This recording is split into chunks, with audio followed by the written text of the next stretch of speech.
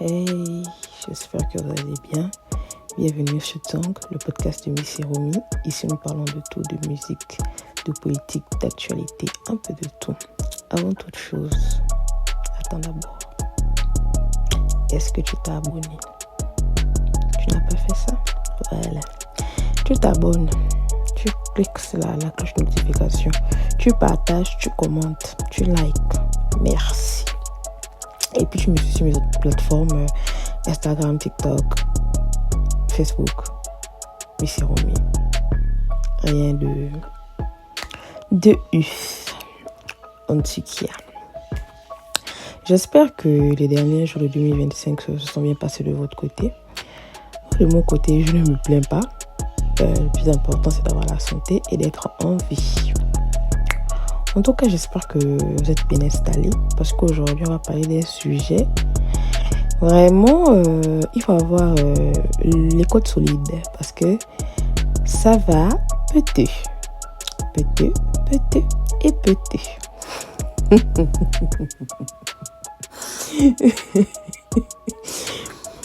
Donc, pour ce dernier épisode de l'année 2025, j'aimerais qu'on parle de quelque chose. J'aimerais qu'on se pose et qu'on ait une discussion. J'aimerais vraiment qu'on ait une discussion dans les commentaires. J'aimerais vraiment avoir vos avis. J'insiste sur ça. J'aimerais beaucoup avoir vos avis sur ce sujet. Donc, le titre de cette dernière vidéo de l'année 2025, ça va être, ou même c'est la question que j'ai décidé de me poser, que nous allons essayer d'y répondre aujourd'hui, c'est roulement de tambour. La question c'est, est-ce que être un enfant différent en Afrique peut devenir un problème? Ou encore, est-ce que ta différence en Afrique peut devenir une malédiction pour toi? Je m'explique. Je pense que ici nous avons tous un père ou au moins une mère et que par moment il y a ce genre d'enfant un peu spécial. Bon, je vais pas dire un peu spécial, mais un enfant spécial ou différent qui aime peut-être, qui a d'autres centres d'intérêt. Peut-être pour un garçon, au lieu d'aimer le foot, il va peut-être aimer, la cuisine. Pour une fille, au lieu d'aimer jouer à la dinette, elle va plutôt aimer faire des calculs. Ou plus dans le cas de l'artistique, quand tu es une personne dans une famille qui aime l'art, qui dit que non, moi peut-être je vais devenir peintre, moi je vais devenir chanteuse, on voit souvent comment les parents réagissent. Ils sont en mode non, pourquoi tu ne veux pas faire comme les autres enfants? Et cette phrase-là, c'est vraiment une phrase je me dis, c'est une phrase qui a dû briser beaucoup de personnes, briser beaucoup d'enfants. Parce que le fait que ton propre parent puisse te dire pourquoi tu ne veux pas faire comme les autres enfants, c'est que quelque part, il ne veut pas t'accepter en tant que toi, en tant que personne entière. Moi, je vois ça comme ça, clairement. Parce que ton enfant, c'est ton enfant. Ton enfant, c'est quelqu'un qui a une identité propre à lui-même. Tu ne peux pas venir dire à ton enfant de faire comme les autres. Parce que faire comme les autres, ça veut dire ne plus être lui-même, imiter certaines choses peut-être que lui-même il ne maîtrise pas, parce qu'il veut faire plaisir à son parent, parce que selon lui, lui aussi à un moment donné, il va se sentir étrange, vu que son parent lui dit qu'il est étrange. Donc il va se dire que bon, mieux je fais comme les autres, peut-être que là on va m'aimer. Mais souvent la situation qui se passe, c'est que la dernière fois j'ai dit un truc, c'est que quand tu n'es pas bien dans ta tête, tu ne peux absolument rien faire. C'est réel en fait. Tu ne vas pas pouvoir faire ça pendant de nombreuses années. Tu vas pouvoir faire ça pendant un temps. Mais il y a toujours un moment. Comme on dit, à beau chasser le naturel, il revient au galop. Il y a toujours un moment là où ta vraie personnalité, ton vrai toi vouloir remonter. Et là, soit tu vas devoir assumer qui tu es dans toute ta différence, dans toute ta splendeur.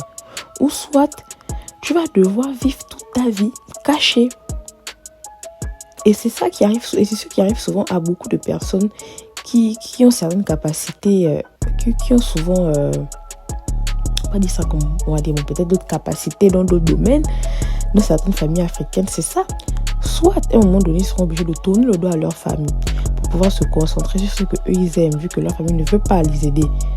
Ou soit pour qu'ils puissent rester dans les bonnes grâces de leur famille, ils vont rester et ils vont vivre une vie qui ne leur correspond pas. Et toute leur vie, ils seront malheureux. Et c'est d'une tristesse. C'est d'une tristesse parce que je vous assure qu'en Afrique, et là je parle vraiment en Afrique en général, j'ai l'impression qu'on a une facilité à tuer la différence, on a une facilité à tuer le génie des enfants, on a une facilité à vouloir toujours nous ranger dans des cases. Et à un moment donné, bientôt 2025, j'aimerais vraiment m'adresser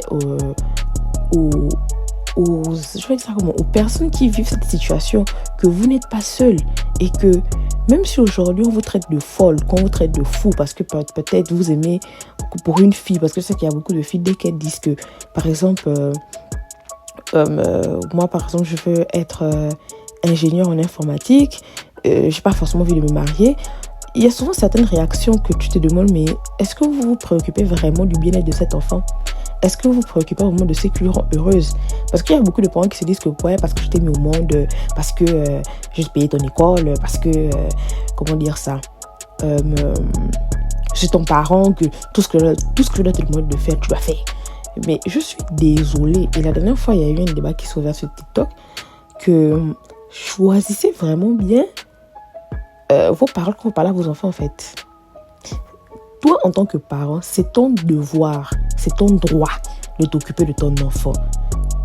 D'être préoccupé même par le bien-être de ton enfant.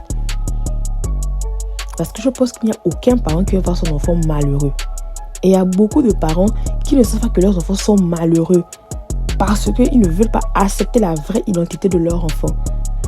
Et je vois des gens qui viennent parler de sexualité. Moi, je ne parle même pas de ça. Je parle vraiment plus en général. Je vous assure qu'il y a des familles là où dès que l'enfant peut peut-être dire un truc, moi, j'ai pas envie peut-être, un enfant, un truc simple. Tout le monde de la maison aime le beurre Jadida. Il y a un enfant qui n'aime pas le beurre Jadida. On va dire que l'enfant est capricieux. Alors que je suis désolée, les goûts et les couleurs ne se discutent pas. Si l'enfant n'aime pas Jadida, laissez-la, elle ne va pas manger le beurre Jadida, elle ne va pas être obligée à manger le beurre Jadida parce qu'il faut qu'elle se plie, parce qu'il faut qu'elle soit comme tout le monde. Non, je suis désolée. Et c'est comme ça en fait que vous créez des adultes au final qui n'ont aucune personnalité. Parce qu'ils n'ont jamais fait des trucs qui leur faisaient plaisir, parce qu'ils ont toujours fait des trucs pour faire plaisir à leurs parents. Au moment donné, le bonheur de leurs parents passe même avant leur bonheur à eux. Nos parents sont des personnes très importantes. Comme on dit en Afrique, sont nos dieux sur terre. On en dit ce qu'on vient vraiment pain. Mais il faut doser. Je suis désolée. Il faut vraiment doser. Parce que si à un moment donné, tu ne remarques aussi que ton enfant fait des choses qui ne lui plaisent pas, il fait des trucs juste pour que toi, en tant que parent, tu puisses te sentir bien dans ton ego, à un moment donné, toi aussi, il faut te remettre en question. Toi aussi, il faut te remettre en question. Parce qu'il y a aussi le cas des parents qui n'acceptent pas la différence de leur enfant parce qu'eux, ils avaient déjà tracé un avenir tout près sans prendre en compte la vie de leur propre enfant. C'est quand même assez dingue, en fait. Ok, c'est un être humain que tu as pondu, que tu as élevé, mais c'est quelqu'un qui a aussi une identité propre à elle-même, en fait. Genre, vraiment, je vous assure qu'il y a des familles là où les enfants ne sont pas épanouis parce que les parents ne veulent pas accepter la réelle personnalité de leur enfant. Et c'est un problème parce qu'en grandissant, soit la personne va continuer à faire semblant et va se réveiller un de ces 4 matins, va se dire que merde, mais j'ai jamais vécu, mais à un moment donné, genre j'ai rien vécu et la personne risque de faire une dépression, bien si la personne était déjà fragile mentalement par rapport à tout ce qu'elle a vécu, mais la personne va encore plus se renfermer, la personne va sombrer en fait, que au final, vu qu'on ne m'accepte pas, mieux je reste dans mon coin, mieux je continue à sombrer. Ou il y a aussi ceux qui vont s'éveiller un de ces 4 matins qui vont dire que merde, j'ai jamais vécu en fait. Et je veux commencer à vivre maintenant, tout de suite là. Et c'est là où après vous voyez des gens, crise de la quarantaine, crise de la cinquantaine, crise de la trentaine. Mais c'est parce que ce sont des gens d'abord qui n'ont jamais vécu en fait. Que quand ils sont arrivés au niveau là où ils n'avaient plus cette clé de Damoclès au-dessus de leur tête. C'est-à-dire le fait que quand tu es jusqu'à un certain âge, tu dépends de tes parents. Ça leur enlève un poids parce qu'ils savent au moins que bon, là, si je décide de faire ce que je veux, on va pas me couper les vivres. Limite, on va dire que je ne leur parle plus, mais ça va aller. Et comme je disais au préalable, un des 4 matins, la personne va se réveiller, va se dire que j'ai envie de vivre en fait. J'ai envie de vivre pour moi. Et la personne va le faire. Et les gens seront dépassés. Mais qu'est-ce qu'elle a? Mais elle est inconsciente. Elle se comporte comme un enfant. Machin. Mais est-ce que vous connaissez l'histoire de la personne? Peut-être que c'est maintenant que la personne va vraiment commencer à vivre sa réelle vie. Va peut-être commencer vraiment à assumer qui elle est. Et moi, je me dis, c'est triste qu'on a fait quand on arrive au point là où, par moment, tu es obligé de te mettre toute ta famille au dos pour qu'on puisse te laisser faire quelque chose qui t'épanouit. Moi, j'accepte que nos parents sont là pour nous aider. J'accepte qu'ils sont là pour nous guider et tout. Mais ils ne doivent pas nous obliger à faire des choses que... rien que pour leur faire plaisir à eux, en fait. Je suis désolée, ça, c'est être tout bonnement égoïste. Et je ne discute avec personne. C'est de l'égoïsme pur et simple. Et même par moments, il y a d'autres cas là où c'est de l'amour conditionné. Si tu ne fais pas ce qu'on te demande, on ne t'aime pas. Si tu fais ce qu'on te demande, tu es l'enfant parfait.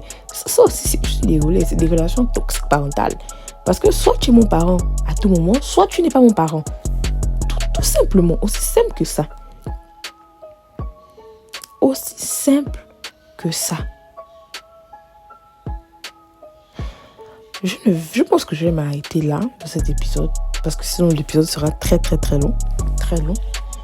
Mais j'aimerais vraiment m'adresser à ces personnes-là qui se sentent différents, qui ne savent pas comment aborder certains sujets avec leurs parents ou même leurs proches. Je sais que c'est difficile. Franchement, je sais que c'est difficile, mais à un moment donné, quand il s'agit de votre propre bien, de votre propre paix intérieure, faites ce qui est bon pour vous. Si ce qui est bon pour vous, c'est de vous mettre dans une case et de faire plaisir à vos parents et puis vous êtes malheureux tout au long de votre vie, c'est bien. Ou si vous préférez essayer de parler avec eux, de leur expliquer que moi réellement, peut-être, excusez-moi de prendre à chaque fois l'exemple des maths, mais pour une personne qui aime les maths, elle va peut-être aller à ses parents que moi j'aime les maths et je n'ai pas envie de faire, je sais pas, être cuisinière en fait, que moi j'ai envie d'être une mathématicienne. Et leur faire comprendre que toi c'est quelque chose qui te fait du bien, c'est quelque chose où tu te sens bien. Et que ce sont tes parents, ils ne sont pas censés te décourager à tout moment, ils sont censés t'accompagner.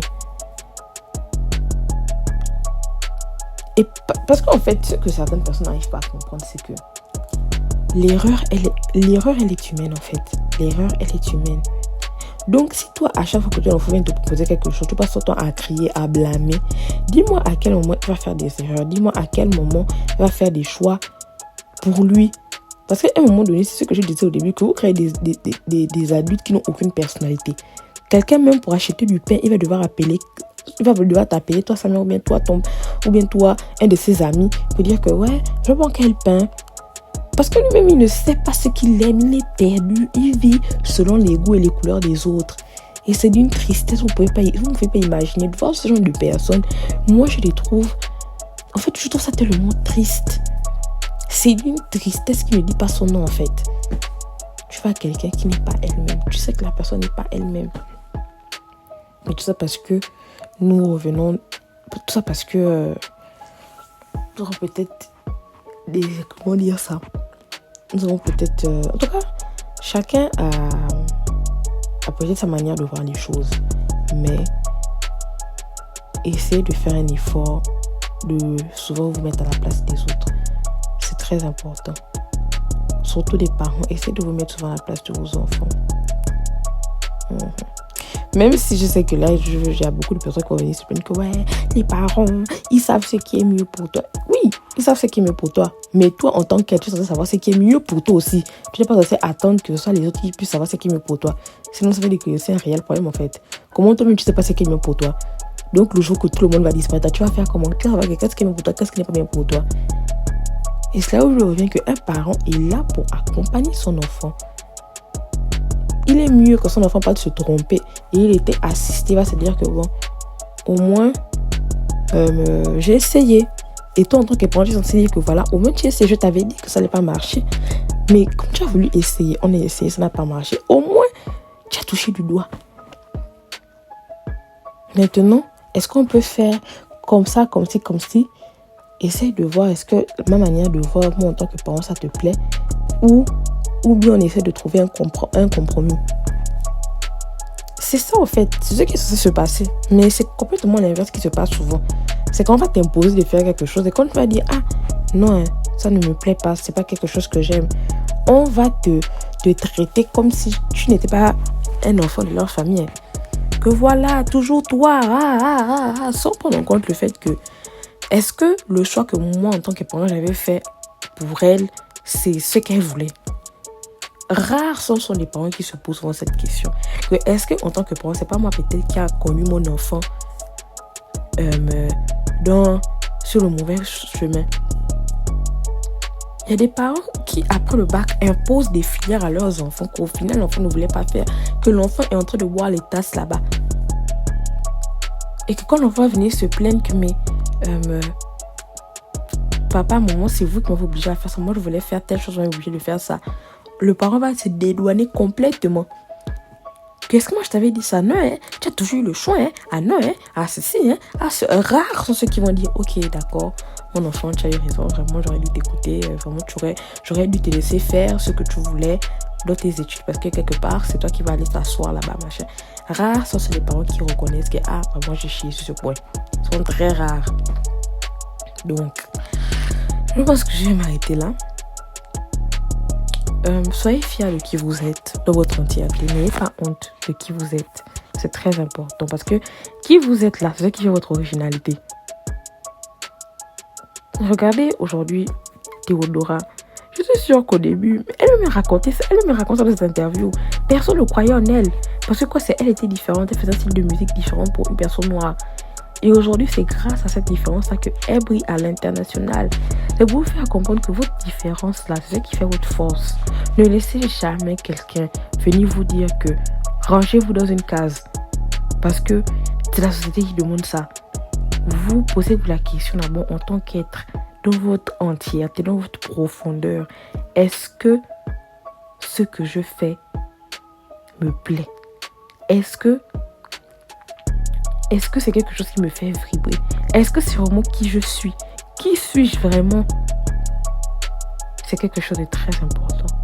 C'est quelque chose d'essentiel pour pouvoir avoir des bases solides en tant qu'adulte dans ce monde, dans cette société qui est de plus en plus dangereuse, de plus en plus prédatrice.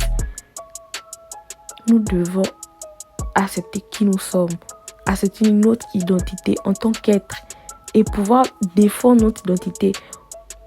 Pouvoir dire que moi, je suis telle personne, je reviens de tel endroit et c'est comme ça que ça se passe chez moi. Ou c'est comme ça que moi, j'ai décidé de faire les choses. C'est quelque chose d'essentiel, c'est quelque chose de très important que je trouve qu'en Afrique, on ne nous apprend pas ça. On ne nous apprend pas à être nous-mêmes. On nous apprend à toujours vivre pour le groupe. Quelque chose qui est très important, faut pas, c'est quelque chose qui est bien, il faut savoir vivre en communauté. Mais la communauté ne doit pas primer sur toi en tant qu'être, en tant qu'individu. Parce que si toi en tant qu'être, en tant qu'individu, tu n'arrives pas à savoir ce qui est bien, comment tu pourras aider la communauté? Tu n'arrives pas d'abord à savoir qui tu es. Comment tu pourras aider la communauté? C'est aussi ça en fait. Voilà pourquoi je me dis aussi, on a beaucoup de problèmes structurels. On a beaucoup de problèmes. Mais l'un des problèmes aussi, c'est le fait que on refuse de laisser souvent certaines personnes s'exprimer librement. Dès que tu vas te mettre sur l'exemple que tu vas parler peut-être au Gabon, au Gabon, dès que tu es jeune et tout, tu vas peut-être parler de la politique. On va venir te dire que non, ne parle pas de ça, ne parle pas de ça, ne parle pas de ça, s'il te plaît, ne parle pas de ça. Et tu vas tuer ton talent. Alors que peut-être que toi, tu es appelé à être un grand chroniqueur, politicien. Mais juste parce que tu n'étais pas affirmé, que tu as préféré écouter certaines personnes, bah voilà, tu vas passer à côté d'une opportunité. Et un autre point aussi, rien n'est facile dans la vie. Rien, parce que peut-être que quand je parle, les gens vont se dire que ouais, quand tu vas choisir ce que tu aimes, tu n'auras aucun problème. Non, rien, absolument rien n'est facile dans la vie. Même si tu fais le choix que toi tu voulais faire, sache que, par exemple, si tu veux faire ingénieur en informatique et que tes parents voulaient que tu fasses, je sais pas, ingénieur spatial, je sais pas si ça existe. Mais sache que même si tu as fini de te battre avec tes parents, ils ont accepté que tu fasses ingénieur en informatique. Bah sache que là-bas aussi il y a des difficultés. Il y a des difficultés. Rien n'est facile dans la vie. Là-bas c'est des difficultés que tu vas devoir assumer, que tu vas devoir gérer. Sauf que selon moi, ce sera plus facile parce que c'est un truc que toi-même tu as choisi. C'est pas quelque chose qu'on t'a imposé. Vous voyez en fait le truc. Donc, soyez vous-même. Soyez en paix, en harmonie avec qui vous êtes. Parce que c'est quelque chose de très important. Que les parents apprennent aussi à connaître le réel talent de leur enfant et de leur accompagner dedans. Et non à chaque fois de leur mettre des restrictions. Parce qu'à un moment donné, c'est pas intéressant. Il faut créer des adultes qui ne savent pas ce qu'ils savent faire, qui savent pas ce qu'ils aiment, qui savent rien, qui vivent au dépend des goûts et des couleurs des autres. Et c'est d'une tristesse, vous pouvez pas imaginer. Vraiment, que cette année 2026, que vous puissiez vraiment vous affirmer dans votre personnalité, que vous puissiez taper du poing sur la table, que moi je suis comme ça et je resterai comme ça. Et que même si vous êtes appelé un jour à changer, mais au moins, vous êtes affirmé. Et qu'il n'y a que les imbéciles qui ne changent pas. La preuve que vous changez, ça veut dire que quelque part, vous évoluez et quelque part, vous vous connaissez aussi. Parce que si toi, de 2022, c'est toujours la même toi de 2025, c'est qu'il y a quand même un petit problème. Voilà. Il y a quand même un petit problème d'identité parce qu'il faut savoir faire l'autre truc, il faut savoir faire plein de choses, il faut savoir faire des rétrospections pour aussi savoir est-ce que la personne que j'étais, la personnalité que j'avais en 2022 colle avec ma réalité de 2025 ou de 2026. Oui, c'est très important de ne pas vivre en décalage avec sa personnalité par rapport à, on va dire ça comment, on va dire ça comment, à l'état peut-être de ton environnement en fait. Savoir peut-être que quand je suis partie habiter dans cette maison en 2016, j'avais telle vision. Aujourd'hui, cette maison ne me plaît plus. Ça fait 5 ans que je suis à l'intérieur, j'ai envie de déménager. Tu dois savoir pourquoi toi en tant que tu as envie de déménager. Tu ne dois pas déménager parce que quelqu'un vient te dire qu'il faut déménager. Vous voyez un peu. En tout cas, j'espère que mon message était assez limpide, assez clair. Je vous souhaite tous mes meilleurs vœux pour l'année 2026. Et puis voilà. Bisous, prenez soin de vous et on se dit à l'année 2026 en fait. Bisous.